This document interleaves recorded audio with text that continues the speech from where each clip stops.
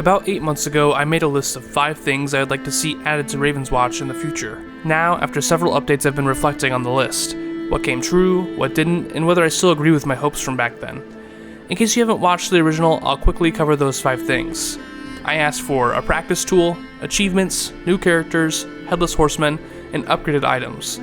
Now, practice tool is something that I still desperately want, just to test out specific synergies and DPS with certain talents and magical objects, or to familiarize yourself with a character that you haven't played in a while.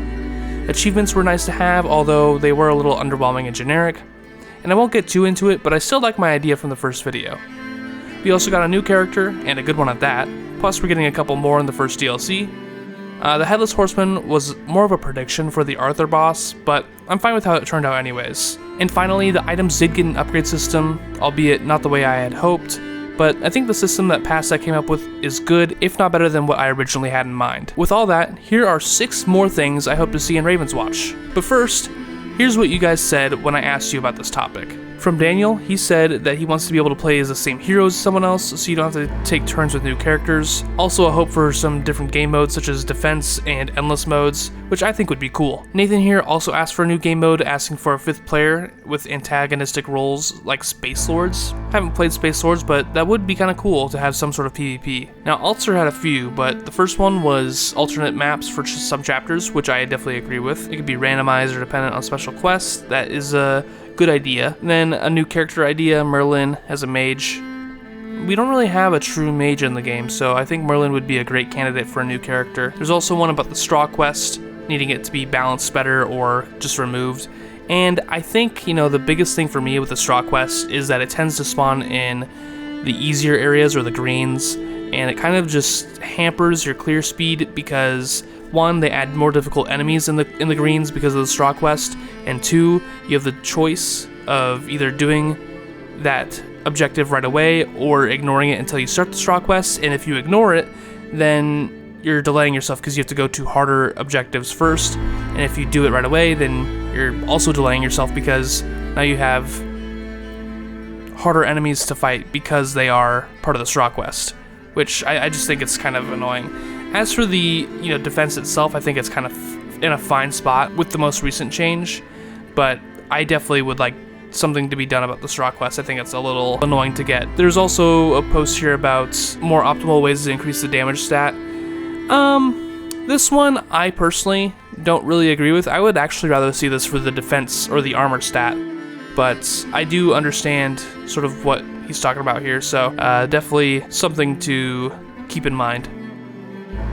Now, without further ado, here's my list, and we're going to start with wish number 1, more routes. If you've paid attention to the past text devlogs a little bit, you might know that for them, the areas and environments take most of the time to create, sometimes up to a year. With that being said, I would like to see some alternate chapters eventually. Now, we just mentioned this with Ulcer, but I just wanted to give a little more information here. Maybe it could just start with a choice for chapter 3, like you go to either Avalon or some other place. A new area could present new side quests, mini bosses, area enemies, and an area boss, and maybe even lead to an alternate final boss. Now, I'm not an enemy designer, environment designer, programmer, or anything like that, so I have no idea how much work this would all be, but I imagine it's a lot. This is just something that would be cool to see if they can make it work. Wish number 2, Midas items or more economy items. I love the myth of Midas. It's one that isn't really present in Ravenswatch, a game about folklore and mythological tales. I think there's a lot of possibilities for items pertaining to Midas, but one that comes to mind is Midas' soul. And my idea for this was to turn 10% of all healing into money. I did also toy around with the concept of having it turn picked up shards into healing, but I'm not sure that would work. However, other than Midas, I would just like to see more ways to get Dream Shards in Ravenswatch. Maybe something as simple as plus 50 Dream Shards option in the Horn of Plenty pool, for example. To me, given that Leprechaun Coin, Hope Diamond, and Mad Hat are the only ways to increase your economy, it feels a little one note. Wish number 3, the Monkey's Paw. Another item concept that I had was the Monkey's Paw, a cursed item. Might not be the most apt name for what I'm about to discuss, but I think it loosely fits. So here's the concept. Give a certain number of stats, maybe 50 damage, vitality, and armor, but convert all legendary objects to have a negative effect. Maybe Holy Grail hurts you every time you use your defense instead of healing you, or maybe Father Time's Hourglass makes your cooldowns longer as you get lower in HP. Now, this might seem very harsh, but like I said, it's a cursed item. Maybe something a bit more dynamic to encourage people to take these legendary objects instead of avoiding them. It could be like plus 20 damage on your stats per legendary object. I think this could be fun, but that's just me. Wish number 4, bustling spawn. What I mean by this is to have the spawn area with more to do. More merchants, for example, or put the altar of heroes in there.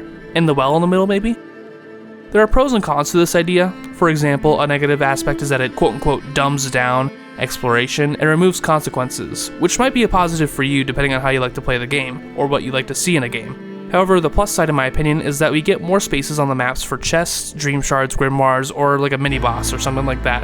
I don't know if you guys remember, but there used to be potentially 2 mini-bosses on the first chapter, and I'd like to see something like that return. However, this doesn't have to be exactly like my idea. We could just go back to including more merchants, maybe a specific merchant to reroll common, rare, and epic items. Maybe you can give this merchant 2 commons and it gives you a rare. Or maybe there's a cool blind character with a bandage over their eyes and you give them 100 dream shards and they reveal 3 objectives on the map, similar to the vision statue. There's tons of routes you could take with this concept, so I would love to see Pastech toy around with it and come up with some cool stuff. You could even toy around with having different merchants in different chapters. Aside from the Sandman, I think he should be there no matter what. Wish number 5, reworked / alternate area bosses. Now, don't get me wrong, I love the area bosses. I think they have some great designs and cool attacks. I fought these guys like 1,000 times over the last year.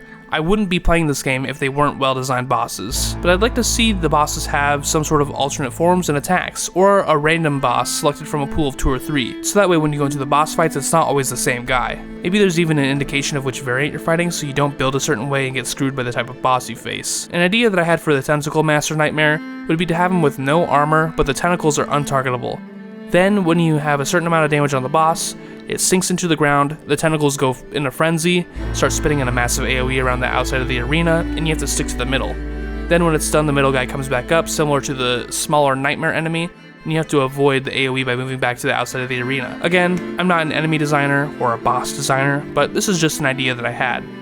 Wish number 6, new cultists and reworked chaos tumors. In my opinion, the Cultist class has the highest ceiling in terms of cool designs that Pastech could bring to Ravenswatch. We have the healer and the swiper, but what if we had archers or summoners, or some sort of brute cultist? We could also see more unique nightmare creatures, like a hulking mass of tentacles. This seems like something they're already working on, so I'll move on to the true point of this wish: chaos tumors. As of right now, to me, they don't seem very worth it. And sure, it's situational. There are times where a chaos tumor is fine to do. Good XP, good damage to the boss's HP bar, but they feel like an extra bonus, something to do when you have a minute or 2 at the end of a chapter. And maybe that's their purpose, maybe that's okay, but I think it could be a lot cooler to see them with slightly more relevant rewards. I think we should keep the current rewards and maybe add something a little extra to incentivize going through this process. For example, maybe for the first Chaos Tumor you get a stat reward, and then for the second one you have a choice of a common item. Again, the purpose they serve now might be just fine. This is just a little idea that I had to make the map a little more dynamic. However, a change that I would truly like to see would be enemy diversity in Chaos Tumors. As of now, we see cultists, spiders, and nightmare creatures in every single Chaos Tumor across all 3 chapters. I'd love to see a chapter-specific enemy thrown in there from time to time. I think this would just help with my personal immersion in the game. Anyway, those are my thoughts. Let me know what you would like to see in Ravenswatch in the future. Do you agree with my list? Let me know in the comments below. Thanks for watching, and I'll see you next time. Bye.